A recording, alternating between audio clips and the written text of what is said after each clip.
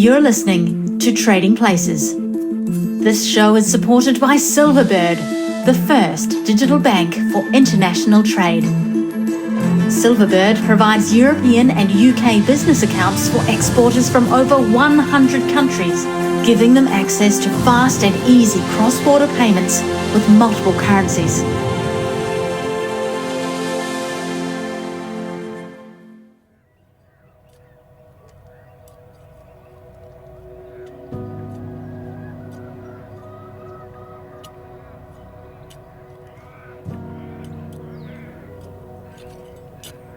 In 2023, the world's population is set to break through 8 billion people. That's a lot of mouths to feed when a large part of the world still relies on traditionally farmed foods with ancient roots and cultural legacies.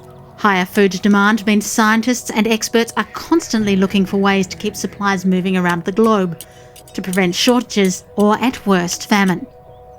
Rice is the world's second most important cereal crop and has played a central role in diet for many thousands of years. The CGIAR, an agricultural research organisation, says 19% of global human per capita energy comes from rice, and about 3.5 billion people get at least 20% of their calories from the grain. About 500 million get most of their calories from it. Today, moving rice from paddy to consumer relies on a complex infrastructure, a fact in keeping with an origin story that lies in cross-border trade thousands of years ago. On the one hand, we think that there is more than one origin for the beginnings of rice cultivation. So there's early cultivation of rice in North India, in the Ganga Plains, in what's today probably modern Uttar Pradesh. And then there's definitely early cultivation of rice in the Yangtze Valley. I'm Dorian Fuller, Professor of Archaeobotany, University College London, and that means that I study the plant remains preserved on archaeological sites, so that come up from excavations of past human settlement. That means my interests focus on what people ate and what people grew in terms of crops in the past, or what people gathered wild. The earliest evidence for cultivation is currently from China, and we're talking about people cultivating rice certainly by about 9,000 years ago. Rice begins as a wild plant, people cultivate it, and then it evolves into what we recognize as the domesticated plant. So it undergoes a number of adaptations to being cultivated. Those take a few thousand years to all come together. So we would regard rice as sort of fully domesticated in China by around 7,000 years ago. In India, there's less data, so we know that people are utilizing rice very early, again around 9,000 years ago, but it's not clear at that stage in India whether that rice is gathered wild or cultivated. And we certainly have evidence that there's some rice cultivation in parts of the Ganges Valley about 5,000 years ago. Dorian, could you tell me about the main rice varieties? For example, how much of what we cultivate today is connected to the way our ancestors harvested them? For a long time, botanists have recognized two major subspecies. One we call Japonica, which is the East Asian one, domesticated in China, and Indica, which is associated with domestication in India. The one domesticated in China, its ancestry lies in perennial wild rices, which grow in places that are permanently flooded, permanently wet, and they grow year-round and they grow for several years. Whereas the Indica rices, their kind of ancestry lies in annual wild rices. They have a lifespan of 7 or 8 months only, and they basically are adapted to places of high monsoon rainfall. So the monsoon rains come, they make the ground very wet, they create puddles and pools, and this annual wild rice grows in those pools, which then dry up in the dry season. So the rice grows quickly, produces lots of grain, and dies back and leaves the grain for the next monsoon seasons. And that has implications for the ecology of how people grew this rice early on. So in China, they're cultivating wet rice essentially from the beginning. So rice in standing water. And then they develop techniques for building embankments and small canals and controlling water. Whereas the Indica rice is initially adapted to places that have high rainfall or that have seasonal flooding from riverbanks. So it's kind of much lower labor investment rice. And if we look at rice cultivation today, there's a spectrum from what we call dry rice, rain-fed rice, upland rice, versus irrigated or wet rice. And in a sense, those two ecologies began in different parts of Asia. Ingenuity and experience led to the hybridization of newer, far more resilient varieties thousands of years ago, bringing us a step closer to the rice we find on our shelves today. And as methods of cultivation improved, so emerged cultures and trade networks built on the profits of the new rice road. Now, if we look at the modern genetic data on rice, you can compare genomes and look at ancestry. The domesticated subspecies we call indica has a number of parts of the genome that are borrowed from rice domesticated in China. So there's ancient hybridization.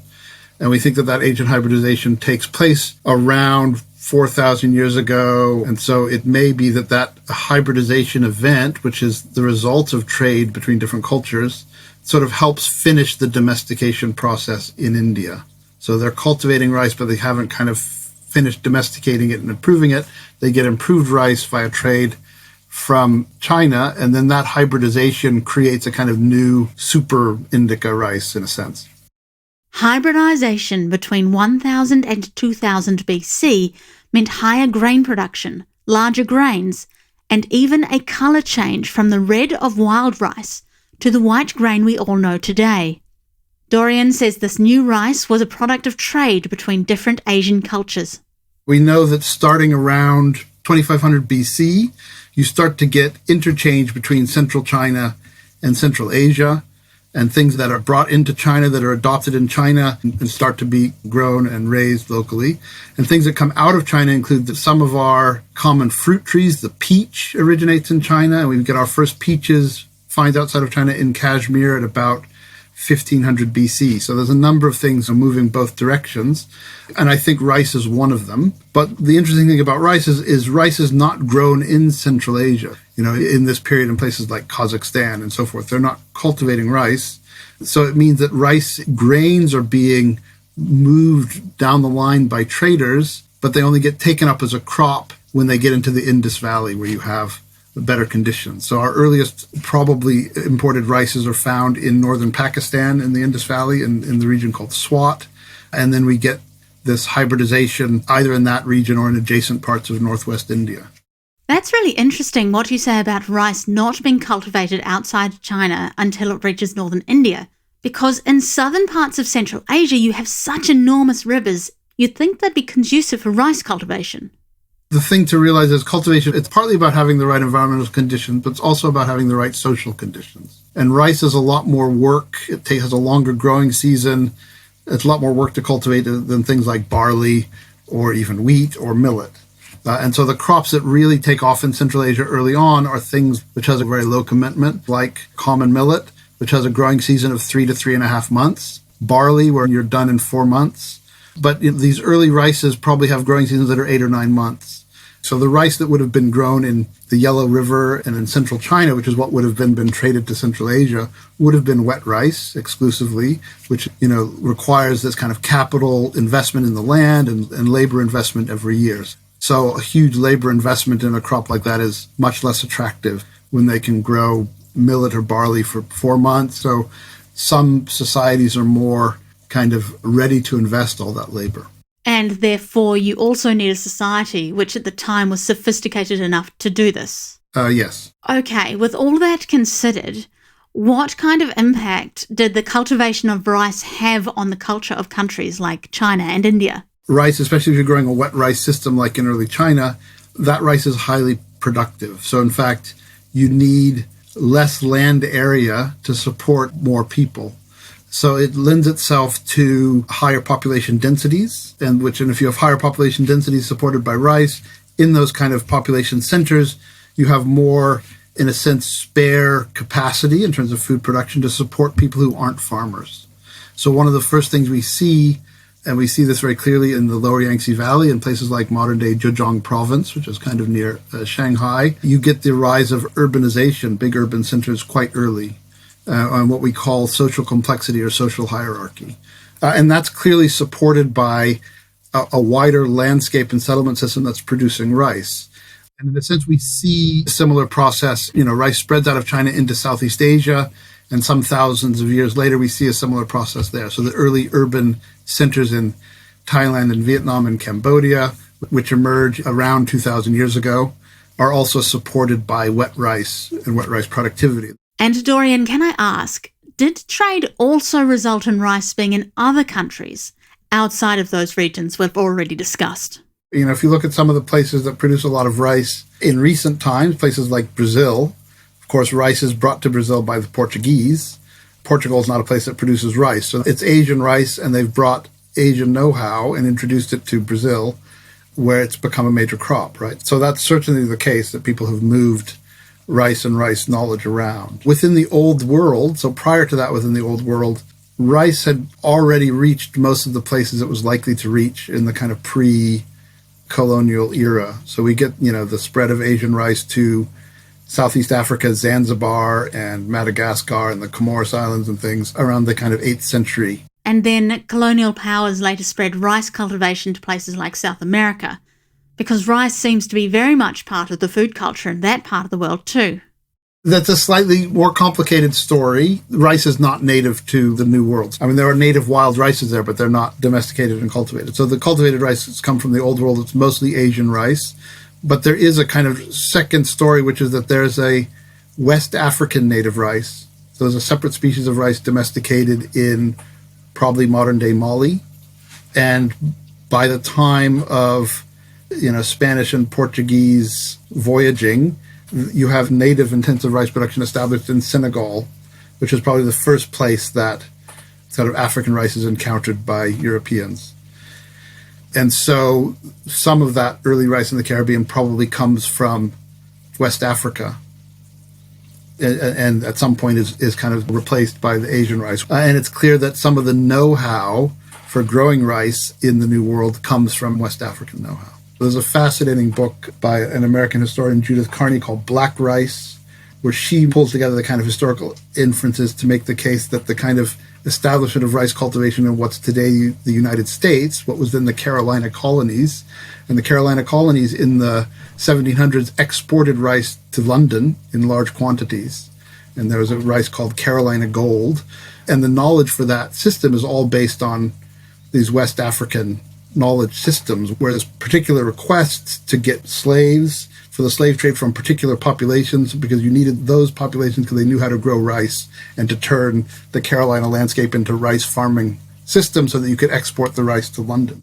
That's fascinating and harrowing in equal measure. Bringing you to the present day, comparing us to those cultures where rice was the bedrock of increasingly sophisticated societies, what might happen if the cost of rice starts increasing, or if it becomes less abundant? It raises a number of slightly worrying issues, because the areas that are highly dependent on rice, India, China, Southeast Asia, have some of the highest population densities in the world traditionally. And that's, of course, made possible because rice, when it's grown under irrigated paddy systems, is so much more productive per unit of land than just about any other crop. And in a sense, for the last couple of thousand years, at least in many of these areas, you've had cultural systems that are based on this availability of abundant rice that then supports much higher population densities. If and when and as that becomes more difficult, you have a real problem of how do you continue to support high population densities when you don't have that. In some sense, India has experienced some of this in the past. So in the 1950s and 60s, what we often talk about as the Green Revolution was a period when India was having difficulties in agricultural production, and they kind of overcame that by huge investment in modern 20th century wheat production in places like Punjab in the northwest, where they had high yield varieties mostly developed in the US and grown with new systems that used fertilizers and herbicides and insecticides and so forth, a kind of 20th century agro-industrial kind of solution. That has its own issues for sustainability because it's heavily dependent on chemical inputs, which are all subsidized by fossil fuel industry in various ways.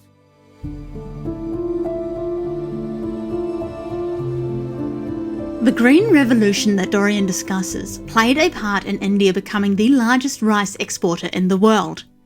In 2020, India exported a massive 14.7 million tonnes, and data from the Rice Trader suggests that total is on track to hit 20 million tonnes in 2021. In value terms, India's rice exports rose 38% to $8.8 billion in fiscal 2021, from 6.4 billion reported in 2019 to 2020. Rice is a huge business for India, and the Green Revolution helped achieve this. In particular, the creation of new rice strains. Well, in the 1950s and early 60s, there was a lot of shortage of food. In India, for example, there was so much shortage of rice and wheat that India had to import 10 million tons of food grains from the United States. Not many countries could supply that kind of quantities. And there were a lot of predictions because of the food shortages, there will be famines. This is Dr. Gurdev Kush, a world-renowned geneticist who is widely considered one of the heroes of India's Green Revolution and the godfather of many modern rice strains. Having been recruited by the International Rice Research Institute in 1967, him and his team are responsible for creating more than 300 improved varieties that have helped feed billions across the world. Just to put that into perspective, global rice production increased from 257 million metric tons in 1966 to over 700 million tons today. I thought that was a very good opportunity to help the people who were starving. There was a need for more food, and so my motivation was really to work on a crop which feeds half the world. And so I was fortunate that I got this opportunity, and I am very satisfied that I did that. 2021 was a boom year for Indian rice crops, the largest in the country's history, which also meant record exports to countries such as China, which as the world's largest rice consumer saw its imports double year on year in 2021 to 3.2 million tons, according to Chinese import customs data. India has gone from representing less than 1% of Chinese rice imports in 2020 to 23% so far in 2021, making it China's largest supplier of rice, according to the US Department of Agriculture. Rice is almost directly linked to the health of Indian GDP, says V. Subramanian, Vice President at market analysis service The Rice Trader. India's had nearly quite a few good years sort of rice production. I think this would be the fourth consecutive record. When I say record, it means it's not been repeated any other time in history. So, of course, there's a science behind it as well. India invests a lot in rice research, in the development of varieties, as well as yield improving varieties, which is a main focus. But more lately, I think if you look at the science behind rice, there's also a lot more effort to help varieties develop an ability to survive floods or survive droughts and be more weather resistant. Could you tell me which varieties are most popular for exports? There are basically two types of rice that are grown from India. One is basmati, and I'd say probably basmati represents about 7 to 8 million tons of production out of 122, and the rest of it is non-basmati. But they're all long grain rice, so they're all indica rice, and the main difference would be in the characteristics. Oftentimes it's the grain length, and then the other part of it is obviously the cooking qualities can differ from one to the other. How do containers and shipping, especially given the COVID-led price rises and shortages, play into this process? I think one of the nice things about India is it does support thousands of millers, thousands of exporters. So you tend to have a very competitive structure. Infrastructure-wise, what's happened in the last 2 years is that government's actually made strong work with the commercial sector to try to improve their ability to reach out. So you have more port capacity. They've opened up some deep water port loadings, and these have actually supported India's ability, especially in break bulk shipping. But what's actually emerging now is another small advantage to India, is the fact that India actually imports quite a substantial amount of agricultural products as well as other products. And this means that containers coming into India. And when you have more containers coming in, that question of container availability is less of a problem for India relative to its competitors. And this has actually seen container rates in India come down enough to make containerized exports a viable alternative to break bulk. This has actually supported smaller businesses who can move smaller consignments to various markets, and also the type of reach that you have is not just very dependent on break bulk. Break bulk means you need big pots, larger drafts, and a whole host of other things. But at one time, you have to order a ship of 15, 20,000 tons at least. Whereas if you're doing containers, you can do 1,500, 1,000 ton, 2,000 ton, small consignments that can move. And this has also been a more recent development that supported India. So what India has done is that they have focused on infrastructure and supported it. So in the last 2 years, India as a country has developed enough infrastructure to export more.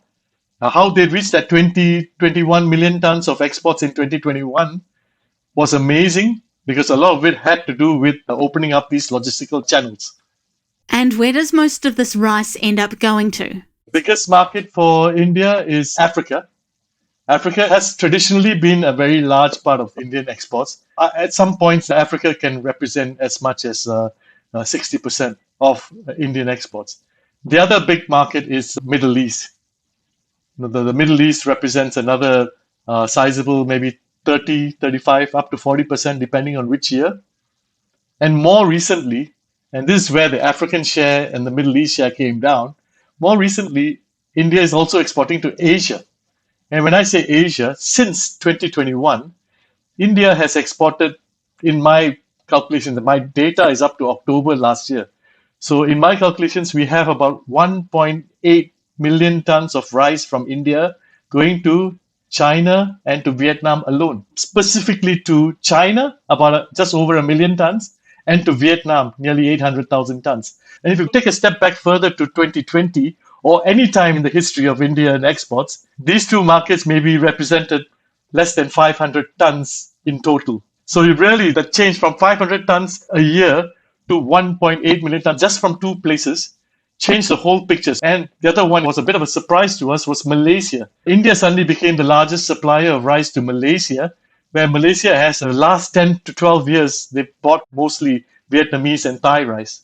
So this is India's presence in the market as a affordable, comparatively priced option in the last 2 years, possibly under the pandemic, has benefited global rice market in this way. You're expecting some weakness for Indian rice exports in 2022. Can you tell me why this is? Because India has enjoyed 2 very special years where the Indian availability has been supported in part by a 55 million ton free food program where the Indian government released rice that it bought from the farmers for free back into the economy to support the pandemic efforts to make sure that hunger is not an issue while they battle it out on the other fronts. So this has in part also supported exports.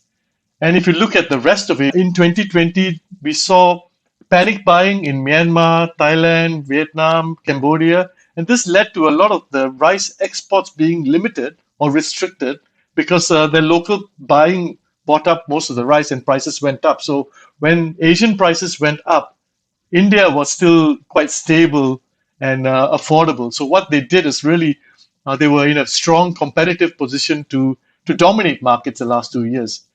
So what we expect for 2022 is quite simple. One, the question is how much of this 55 million tons remains? We've had 2 years of sales already backing it. There's no plans right now for more releases, but India's got another record crop. So supply-wise, they're looking good. But what we also see is, for example, Thailand has had 2 years of drought, but since the second half of 2021, their water reserves are built up again. So we're seeing Thailand, Vietnam, Pakistan, even Myanmar, they've all seen better weather to support improved production. And one of the things that happened, if you look, the prices have converged. So Indian price does not have that advantage anymore. So all the other prices have come more or less to a narrow band. So as a buyer, you actually have more options between countries, varieties, and price. So you can make decisions now. And what we would say probably today, the decision is going to be made by your ability to ship, shipping costs, proximity, and things like that. I'm interested to know the roles SMEs play in this and their involvement in getting rice from the field to export ports and then ultimately to the buyer. Can you describe what that system looks like for me? Is it controlled by India's famous large conglomerates, or smaller companies, or middlemen? You tend to have a few very large players dominate the market because there's a lot of branding, there's a lot of emphasis on distribution, there's a lot of emphasis on value generation. But then again, it's a very small part of the total. So this is a high value market where their focus is on selling to big brands in Europe, to the Middle East. It's generally a more costly rice. So you have that system. But if you go further down to the milling, to who takes the rice from the farmer to mill it, that's where the Indian structure shows you thousands of businesses. If you look at India as a kind of like a subcontinent triangle type, where the rice is grown, how it's moved, most of the SME operations come from handling the paddy all the way up. And this system extends throughout the country. The exports tend to start to see larger companies because they can get more economies of scale. So you have a fairly dynamic structure there. Considering there's so much global demand for rice, why are we not seeing more smaller Indian companies growing to a point where they can challenge the larger ones? The thing is that because I think it's a highly competitive field, it's very difficult for one person to peel away from that so easily as compared to another. So, and rice, to some degree, the way the Indian market is structured, even the policies tend to favor the farmers because it's very politically skewed. The farmers are a very important voting segment in India. So policies tend to support them more than anybody else on that chain. And so, what you have from the farmer and above is a very dynamic and highly competitive field. So the thing is, it's very difficult for any one company to suddenly become the big player. What are some of the key challenges in India when it comes to moving rice through that logistical infrastructure? The first point is labor. It's very labor intensive.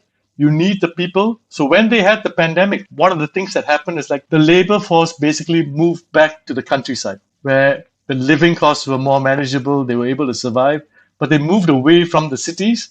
And this meant that they didn't have the labor force to sustain export activities. There were a lot of delays. The second part of it is in today's market, there's a lot of admin costs. When I say admin costs, it's really with the pandemic, there's new rules, there's new requirements, how many people can work at any one point of time, for how many hours. There's lots of these restrictions that act as a point of delay. So where I can say for India particularly, the labor and the availability and the ability to communicate between the government, port officials and the commercial officials is very important. It's a very competitive field. A lot of times the main deciding factor is how cost effectively you can move your cargo from whichever state that you grow it and to the nearest or the closest port. The states that are closer to the ports can move more, but they themselves may be buying rice from other states to support their own needs. So there's a bit of a rebalancing effort there. And then the other part of it is in international shipping. Once they put the rice onto the ship, it's someone else's problem. And once it's on the ship, have Indian exporters suffered from high container costs, which seems to have become the norm for everyone since the pandemic started? Container shipping is looking viable again. Because when the container freights were sky high, I think were sometime in September, October. And since then, it's come down a little bit. So compared to October, today's rates may be a few $1,000s cheaper. But because the costs have gone up so much, they've also contributed a lot to food inflation. So whoever brings these containers to whichever market has to pay a significant premium because the container rate is far more in excess than the value of the cargo it's carrying. And, we have cases where the costs of imports have increased because instead of using a 20-foot container, only 40-foot containers are available. The problem with that is like a 40-foot container doesn't instantly take double the cargo. It has a weight limit, so it takes about maybe slightly more than a 20-foot container, and it comes with much more costs that you pay at the ports with dues and various other things. And if you look at India, basmati rice is largely containerized. What they sell to Europe and Middle East, there's a larger portion of basmati rice that's exported on containers. So what happened with the high cost of containers or the lack of availability, the basmati rice trade shrank in the last 2 years. So we've been talking about this beautiful Indian export that's been supporting the world and feeding the world for the last 2 years, whereas the high value The largely containerized export of basmati rice actually shrank. And most of the export growth came from non-basmati. It's a cheaper rice. And while the container freight rates are very high, because they're afraid to buy a large amount and keep it stocked, because when the container freight rate comes down, they're not competitive anymore. So there's this whole maths that you have to put behind when it comes to the distribution game. The steady global increase for rice poses challenges for growers and exporters alike. And aside from the logistical challenges, there's the environmental concerns too. The Intergovernmental Panel on Climate Change says rice cultivation is an important source of man-made greenhouse gas emissions, accounting for 12% of global annual agricultural methane emissions alone. These are emissions caused by microbes that feed off decaying plant matter in water. To put that into perspective, the Environmental Defence Fund says this is doing as much harm as 1,200 average-sized coal power stations. Solutions have been suggested, but the issue of how much water to use in rice production may be moot, thanks to our changing climate causing droughts and water shortages. If there isn't the same ready availability of water in future, farmers will have to think differently about their crops. This in turn has huge consequences for future generations. And though fashionable ideas such as vertical farming and alternate sources of food have been touted to make up for the potential deficit, these ideas have yet to be tested in wide practice and come with severe ecological bottlenecks in their own right. What's for sure is that rice is an in-demand commodity, and it seems like experts around the world are doing their best to ensure its availability for the millions who depend on it for survival. Thanks for listening today. I'm Rachel Williamson, and you've been listening to Trading Places.